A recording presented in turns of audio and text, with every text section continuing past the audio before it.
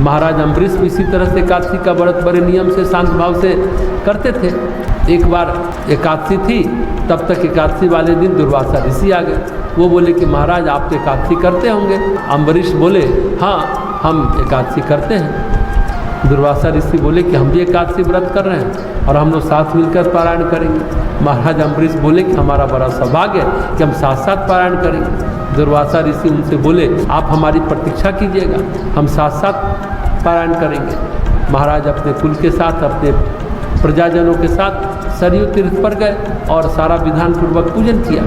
एकादशी के पारायण का एक नियम होता है, एकादशी बीतने पर द्वादशी में त्रयोदशी लगने से पूर्व कुछ न कुछ खाना होता है। पारायण का मतलब होता है कुछ न कुछ ग्रहण करना। ऐसा नियम है कि कुछ खाना होता है। मुहूर्त बीतने लगा, द्वादशी भी बीतने लगी और त्रयोदशी लगने को ही दुर्वासा आए ही नहीं आए। अब महाराज क्या करें?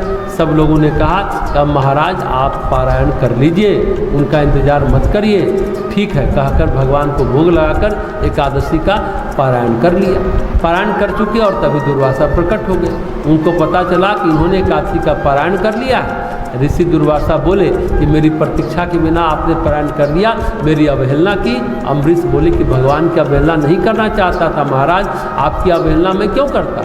मैं तो आपकी प्रतीक्षा करता रहा। आप घड़ी देखिए, द्वादशी बीत रही है, त्रयोदशी लग रही है कि नहीं लग रही? सूर्य की ओर देखिए, कितनी घड़ी दिन ढल चुका है। लेकिन दुर्वासा को समझ में नहीं आया। वो क्रोधित हो गए और बोले कि मैं तुझे दंड दूंगा इसका। अम्बरीश बोले कि आपकी मर्जी महाराज, आप समर्थ हैं, दंड देना चाहे तो दे सकते हैं। और दुर्वासा ऋषि ने क्रोध में, क्षोभ में, रोष में, अभिमान में भर करके महाराज अम्बरीश पर कृत्या का प्रयोग किया, विनाशक कृत्या का प्रयोग। कृत्या तंत्र शास्त्र में अभिचार का प्रयोग होता है, मारण प्रयोग होता है।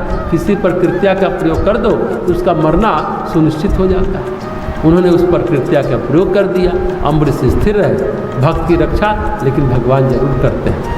बस भक्ति पक्की होनी चाहिए, भक्ति सच्ची होनी चाहिए। फिर ईश्वर के कदम रुकते नहीं हैं, ठहरते नहीं हैं। भगवान अपने भक्तों का संकटों में त्राण जरूर करते हैं। अम्बरीश के ऊपर जैसे ही कृत्या दौड़ी, नारायण का चक्र उपस्थित हो गया। नारायण का सुदर्शन चक्र रुका नहीं और वो दुर्वासा के पीछे पड़ गया। अब दंड के अधिकारी दुर्वासा थे। अब दुर्वासा क्या करें? भागे भागे वो सब लोकों में गए। पहले अपने माता पिता के पास गए, अत्रि ऋषि के पास गए। उन्होंने कहा कि ये सब ठीक नहीं है, तुमने भक्त का अपमान किया है, तुम्हारे गुस्से का कोई ठिकाना नहीं है, तुम इतना क्रोधित क्यों होते हो? तुम तो तपस्वी हो, तो क्रोध पर नियंत्रण रखना चाहिए। क्या अम्बरीश कृत्या के पात्र थे? नहीं। फिर दुर्वासा माता पिता के पास से ब्रह्मा जी के पास गए। उन्होंने भी कहा कि नहीं, ये बात हम नहीं मानेंगे, गुस्सा करते हो। अम्बरीश पर भी गुस्सा किया। वो तो बहुत सीधा सरल नरेश है, वो तो बहुत भक्त है भगवान का। उन्होंने सोचा कि अब कहाँ जाए। वो फिर भगवान शिव के यहाँ गए और बोले कि भोले बाबा आप तो बचा लो, आप तो महाकाल हो। वो बोले कि ये नहीं हम कर सकते। पहले तो तुम बिना किसी मतलब के गुस्सा करते हो, प्रताड़ित करते हो और कहते हो कि हम तुम्हें बचा लें। अम्बरीश ने तुम्हारा क्या बिगाड़ा? भक्त का अपराध क्षमा नहीं होता, जाओ। भगवान शिव ने भी कैलाश से निष्कासित कर दिया। अब करे क्या? जिनका चक्र था उन्हीं के पास गए, नारायण के पास गए। क्षीर सागर में भगवान गलती हो गई, बचा लो। भगवान नारायण ने कहा महर्षि दुर्वासा, यदि आपने मेरे ऊपर आघात किया होता, मैं आपके ऊपर कुपित होता, तो मैं निश्चित रूप से आपको बचा लेता।